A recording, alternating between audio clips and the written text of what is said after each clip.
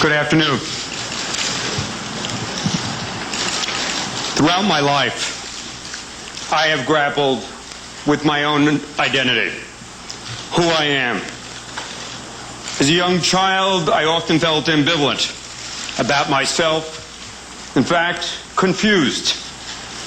By virtue of my traditions and my community, I worked hard to ensure that I was accepted as part of the traditional family of America. I married my first wife, Carrie, out of respect and love.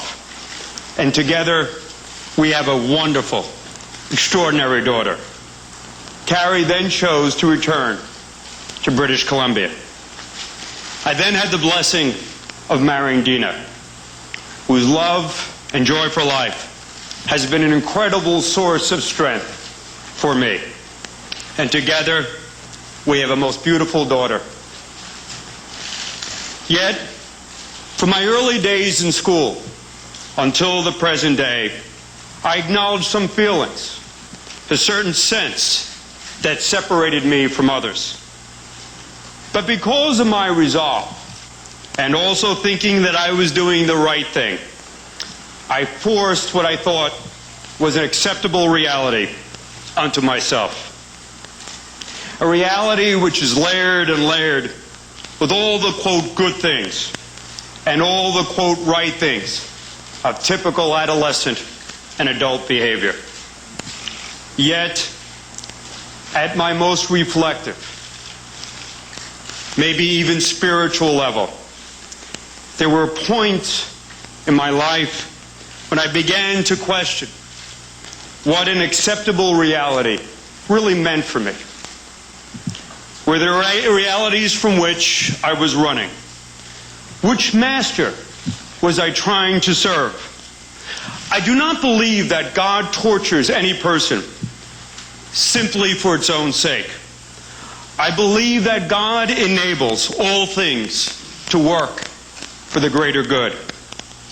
In this, the 47th year of my life, it is arguably too late to have this discussion.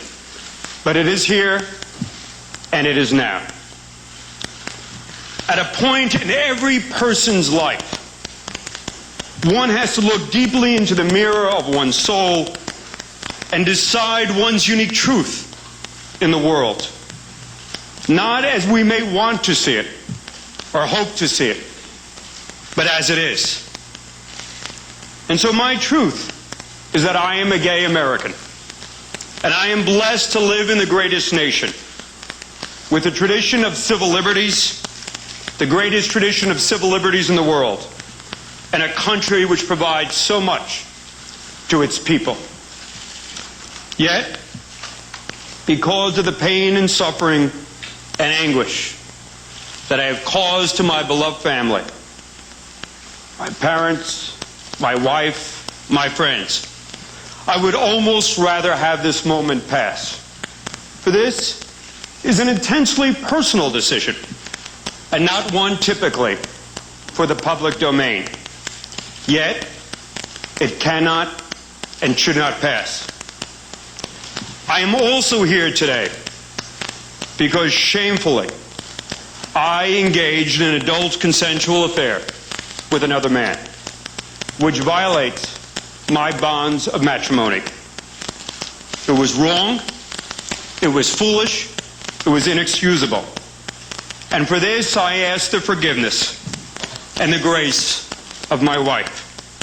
She has been extraordinary throughout this ordeal, and I am blessed by virtue of her love and strength.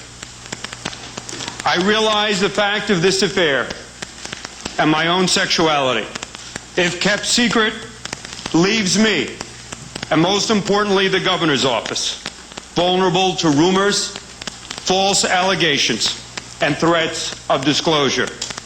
So I am removing these threats by telling you directly about my sexuality. Let me be clear. I accept total and full responsibility for my actions. However, I am required to do what is right to correct the consequences of my actions, and to be truthful to my loved ones, to my friends and my family, and also to myself. It makes little difference that as governor, I am gay. In fact, having the ability to truthfully set forth my identity might have enabled me to be more forthright in fulfilling and discharging my constitutional obligations.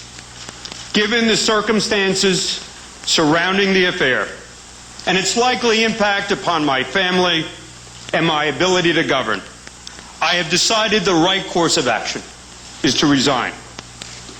To facilitate a responsible transition, my resignation will be effective on November 15th of this year. I am very proud of the things we have accomplished during my administration, and I want to thank humbly the citizens of the state of New Jersey for the privilege to govern.